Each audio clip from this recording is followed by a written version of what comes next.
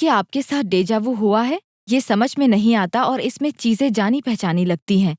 किसी रेस्टोरेंट में बिल्कुल वैसा ही होता है जैसा आपको याद है। दुनिया ऐसे चलती है जैसे उसे आपने ही कोरियोग्राफ किया हो, लेकिन ये पहले की तरह नहीं हो सकता क्योंकि आपने पहले कभी यहाँ खाना नहीं खाया है। ये पहली बार है जब आपने क्लैम्स खाए हैं। तो चल क्या रहा है? डेजा वू को समझाने का कोई एक तरीका नहीं है। ये कुछ देर का होता है और कभी भी हो सकता है। वैज्ञानिक इसे रिकॉर्ड करके इसका अध्ययन नहीं कर पाते। वैज्ञानिक बैठे बैठे इसके होने का इंतजार नहीं कर सकते। इसमें कई साल लग सकते हैं। ये अनुभव वास्तविक नहीं है और स्टडीज में लोग इसे एक अनुभूति या फीलिंग बताते हैं।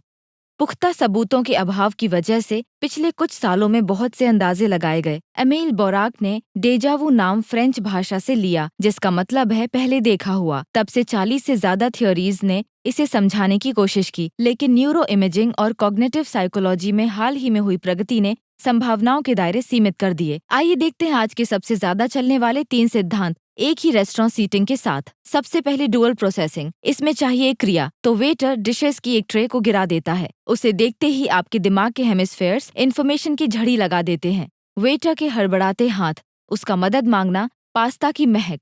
मिलीसेकंड के अंदर ये इन्फॉर्मेशन कई रास्तों से जाती है और एक पल में सिमटकर दिमाग में रह जाती है।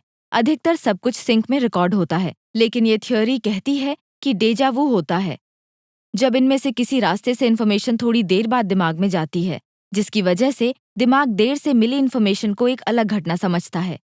जब ये पहले से रिकॉर्ड किए गए पल पर चलता है तो लगता है जैसे ये पहले भी हो चुका है, क्योंकि एक तरह से ऐसा ही है।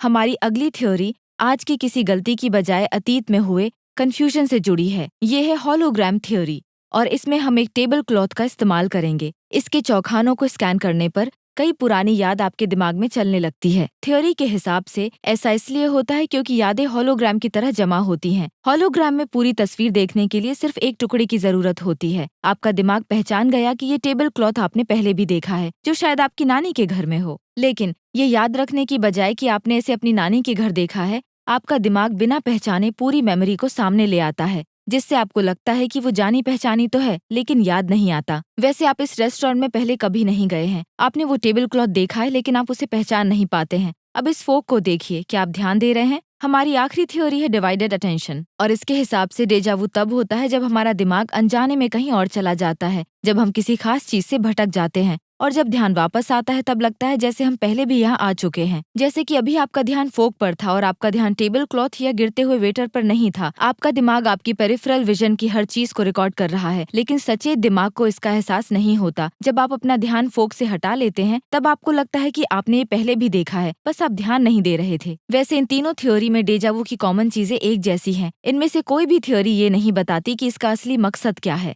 हमें इंतजार है कि रिसर्चर्स और इन्वेंटर्स उस छोटे से पल को कैप्चर करने का कोई नया तरीका लेकर आएं, लेकिन हम खुद इसका अध्ययन कर सकते हैं। डेजा वू की ज्यादातर अध्ययन अपने खुद के अनुभव पर आधारित हैं, तो ये आपका क्यों नहीं हो सकता? अगली बार जब आपको डेजा वू हो तो कुछ देर के लिए इस बारे में सोचें। क्या आपका ध्यान भटक गया है? क्या कहीं कोई जानी पहचानी चीज है? क्या आपका दिमाग स्लो हो गया है या फिर ये कुछ और है?